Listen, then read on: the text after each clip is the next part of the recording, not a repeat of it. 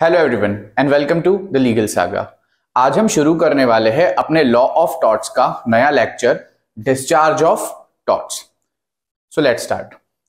Discharge of torts, जैसा कि इसकी हेडिंग है, अगर अपन इसको डिकोड करें तो आप देखेंगे डिस्चार्ज का मतलब होता है कमिंग टू एन एंड, कोई चीज खत्म होना। टॉर्ट्स का मतलब होता है सिविल रॉन्ग। तो इससे क्या हमको पता चला? Coming to an end of civil wrong, यानी टॉर्ट्स खत्म होना। ऐसी सिचुएशंस या ऐसे सर्कमस्टेंसेस जहां पे टॉर्ट्स एंड हो जाए, जहां पे आपकी लायबिलिटी तो एग्जिस्ट करेगी पर ना अब आपको रेमेडी मिलेगी ना ही आपको रेमेडी देनी पड़ेगी। फॉर एग्जाम्पल, ए ने बी की गाड़ी को ठोक दिया जिससे बी की गाड़ी की हेडलाइट टूट गई। अब नॉर्मल केस में क्या होगा? ए बी को कंपनसेट करेगा या नया हेडलाइट लगा के देगा। लेकिन अगर ऐसा कुछ हो जाए कि अब ना ए को बी को कोई रेमेडी देनी है ना ही बी को रेमेडी मिलेगी, तो यह कहलाता है डिस्चार्ज ऑफ टॉर्ट्स। आपका टॉर्ट्स वहीं पे सीज हो जाएगा। अब आपकी कोई भी जवाबदारी नहीं बनती कि आप रेमेडी दो, या आपकी कोई राइट नहीं है कि अब आपको रेमेडी मिलेगी। तो ऐसे क्या सिचुएशंस है या ग्राउंड्स है जहां पे टॉर्ट्स डिस्चार्ज हो जाता है? सबसे पहला है डेथ ऑफ पार्टीज, दूसरा वेवर, तीसरा एकॉर्ड एंड सेटिस्फैक्शन, चौथा रिलीज, पांचवा जजमेंट, छठवा एक्विसेंस और सातवां लॉ ऑफ लिमिटेशन। हम ये सातों चीजों को आगे अब डिटेल में पढ़ेंगे। तो हम शुरू करेंगे अपने पहले पॉइंट डेथ ऑफ पार्टीज से। डेथ ऑफ पार्टीज ये फाउंडेड है एक मैगजिम पे जो है actio personalis moritur cum persona, मतलब personal right of action dies with the person. हमने अभी थोड़ी देर पहले एक एग्जाम्पल देखा, उसी से इसको वापस समझते हैं। ए ने बी की गाड़ी को ठोक दिया।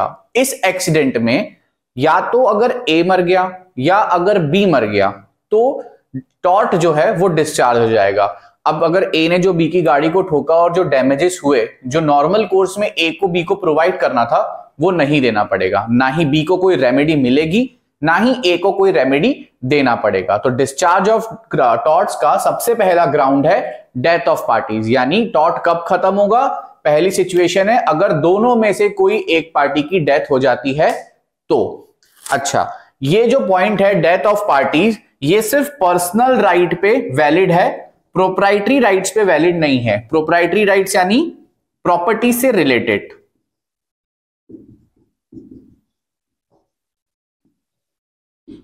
मान लीजिए ए ने बी का घर जला दिया और या उसके घर को डैमेज कर दिया जिसमें बी की डेथ हो जाती है। तो अब जो बी के लीगल हेयर्स है यानी बी के जो बच्चे हैं वो ए से कंपनसेशन डिमांड कर सकते हैं, ए को पनिशमेंट दिलवा सकते हैं।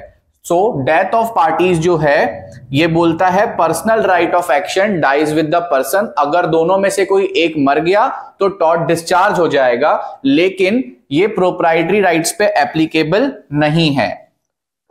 जो लीगल हेयर्स है उस इंसान के जिसको डैमेज हुआ है, लीगल हेयर्स ऑफ डैमेज्ड और डिसीज्ड पर्सन, ये क्लेम मांग सकते हैं। दूसरा है बाय वेवर। वेवर का मतलब होता है ऑप्शंस। आपको दोनों में से कोई एक ऑप्शन चूज करना है। जब एक इंसान के पास एक से ज्यादा रेमेडी होती है और उसको किसी एक को चूज करना है तो वो कहलाता है वेवर। ए ने बी की गाड़ी को ठोक दिया जिसमें उसकी गाड़ी की हेडलाइट टूट गई। अब बी के पास दो ऑप्शन है, या तो वो ए को बोले कि भाई तुम हेडलाइट बना दो, या फिर वो बोले कि मेरे को जो खर्चा आया है वो कंपनसेशन आप पे कर दो। वो दोनों डिमांड नहीं कर सकता, उसको दोनों में से कोई एक ही डिमांड करना पड़ेगा। जब वो दोनों में से किसी एक को चूज करता है तो ये कहलाता है वेवर। वेवर एक्सप्रेस भी हो सकता है, इंप्लाइड भी हो सकता है।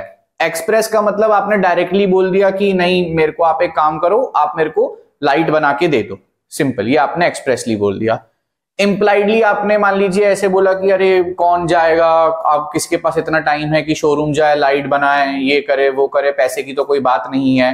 तो यहां पे आपने इम्प्लाइडली बता दिया सामने वाले को कि भैया तुम जाओ लाइट बना के ले आओ, मेरे को कंपनसेशन वगैरह नहीं चाहिए। तो waiver can be express by words और इम्प्लाइड बाय एक्शंस। हाँ, लेकिन अगर आपने दोनों में से कोई एक रेमेडी को चूज कर लिया, लाइक फॉर एग्जाम्पल आपने बोला, मतलब बी ने बोला ए को कि तुम मेरे को कंपनसेट कर दो।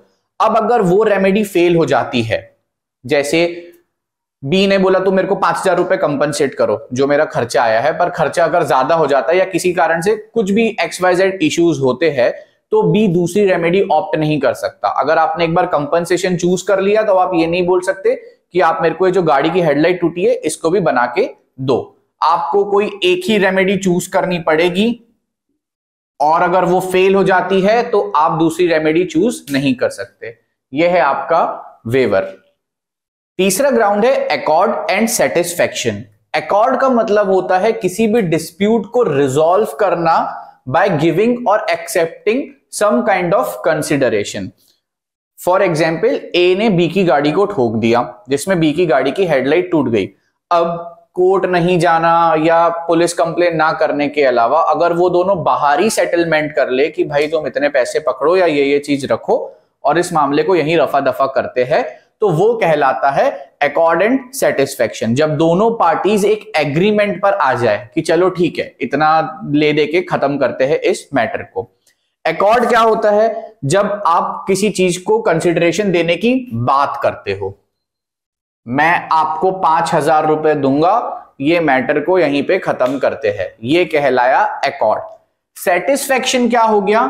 जब मैंने वो 5,000 रुपए आपको दे दिए तब हो गया सेटिस्फेक्शन। एकॉर्ड और सेटिस्फेक्शन जब ये दोनों कंप्लीट हो जाता है तब आपका जो टॉर्ट है वो डिस्चार्ज हो जाएगा। अब आपको ना किसी तरीके की रेमेडी देनी पड़ेगी ना रेमेडी मिलेगी। एकॉर्ड एंड सेटिस्फेक्शन कंप्लीट होने के बाद जब टॉर्ट डिस्चार्ज हो जाता है तो आपकी जो रेमेडी लेने की राइट है वो भी खत्म हो जाती है। अब आप कोर्ट नहीं जा सकते, आप यहां से भी नहीं ले सकते और अब आप कोर्ट अलग से नहीं जा सकते, आप दोनों जगह से बेनिफिट नहीं उठा सकते। सिंपल एक कंडीशन है इसमें कि जो पार्टीज का कंसेंट है वो फ्री होना चाहिए। दोनों पार्टीज का, जो एग्रीमेंट के लिए कुछ कंसिडरेशन ऑफर कर रहा है वो भी अपने कंसेंट से कर रहा हो, और जो इस कंसिडरेशन को एक्सेप्ट कर रहा है वो भी फ्री होना चाहिए। इसमें कोई फ्रॉड, कोएर्शन या अनड्यू इन्फ्लुएंस नहीं होगा। चौथा ग्राउंड है हमारा रिलीज, यानी giving up the right of action.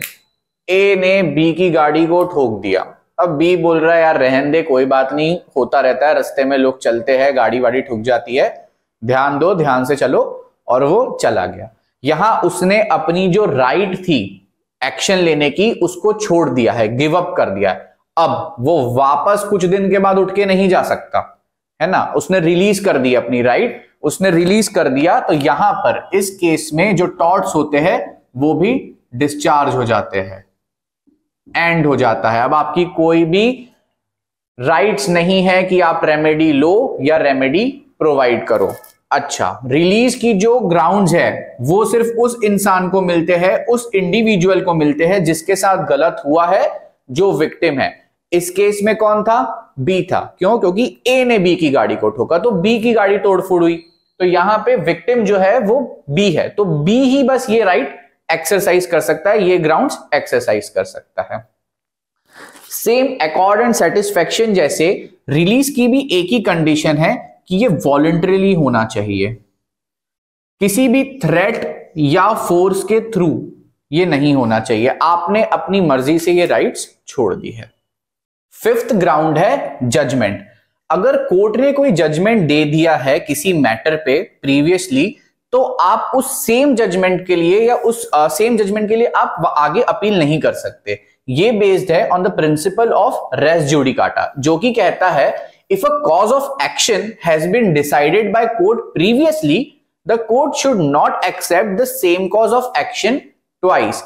एक ही चीज के लिए आप बार बार कोर्ट में नहीं जा सकते हो, बार बार जजमेंट लेने के लिए या कोई दूसरे टाइप का जजमेंट लेने के लिए।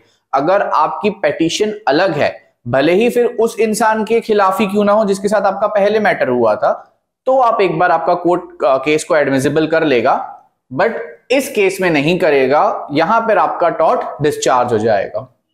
सिक्स्थ बात करता है एक्विसेंस की। एक्विसेंस का कहना यह है कि टॉर्ट की जो लाइबिलिटी है वो डिस्चार्ज हो जाएगी या टॉर्ट डिस्चार्ज हो जाएगा अगर प्लेंटिफ की इनकैपेसिटी है। इनकैपेसिटी यानी कोर्ट की डेट आ गई है पर वो सुनवाई के दिन नहीं आ रहा, उसके पास टाइम नहीं है, लैक ऑफ मनी हो गया है, कोई और रीजंस वो दे रहा है और वो हर बार इन चीजों को टाल रहा है। तो ऐसे केसेस में क्या होगा, आपका जो केस है वो हो जाएगा कैंसिल और टॉर्ट हो जाएगा डिस्चार्ज, यानी जो सामने वाला डिफेंडेंट है अब उसको मिल गई मुक्ति, ना अब उसको कोई रेमेडी देनी है और ना ही ये प्लेंटिफ जो बार बार टाइम से नहीं आ रहा था उसको कोई रेमेडी मिलनी है। लास्ट है आपका law of limitation. Law of limitation को आसान शब्दों में कहा जाए तो ये बात करता है कि भाई अगर कोई भी रॉन्ग होता है, कोई भी इंसिडेंट होता है और आप कोर्ट में जाते हो तो उसके लिए एक टाइम होता है। आप ये नहीं कर सकते ना, आप बचपन में आपकी गाड़ी को किसी ने ठोक दिया, अचानक से आपको कुछ सालों बाद याद आ रहा है, 10-15 साल बाद, अरे इसने तो मेरी गाड़ी को ठोका था, आप जाके कोर्ट में केस फाइल कर रहे हो। इतना खाली नहीं बैठा है कोर्ट, हर चीज का एक टाइम लिमिट होता है। अगर आप उस टाइम पीरियड के अंदर आके केस फाइल करते हो तो ठीक है, अगर आप नहीं करते हो तो वो लाइबिलिटी और जो रेमेडी आपको मिलनी थी वो डिस्चार्ज हो जाएगी, यहां पे tort ceases to be end हो जाएगा। फॉर एग्जाम्पल अगर मान के चले तो ट्रेसपास के केसेस में, किसी भी इमूवेबल प्रॉपर्टी के ट्रेसपास के केस में 3 साल का समय रहता है सामने वाले के पास कि वो केस या सूट को फाइल कर सके। अगर वो इन 3 सालों में नहीं करता तो लॉ ऑफ लिमिटेशन एक्सपायर हो जाता है, अब वो सामने वाले के अगेंस्ट में किसी भी तरीके का केस या सूट फाइल नहीं करेगा। तो 7 पॉइंट यही बात करता है कि एक बार टाइम पास हो गया तो कोई भी अपनी राइट्स को परस्यू नहीं कर सकता या कोई भी अपनी राइट्स को एंटरटेन नहीं कर सकता।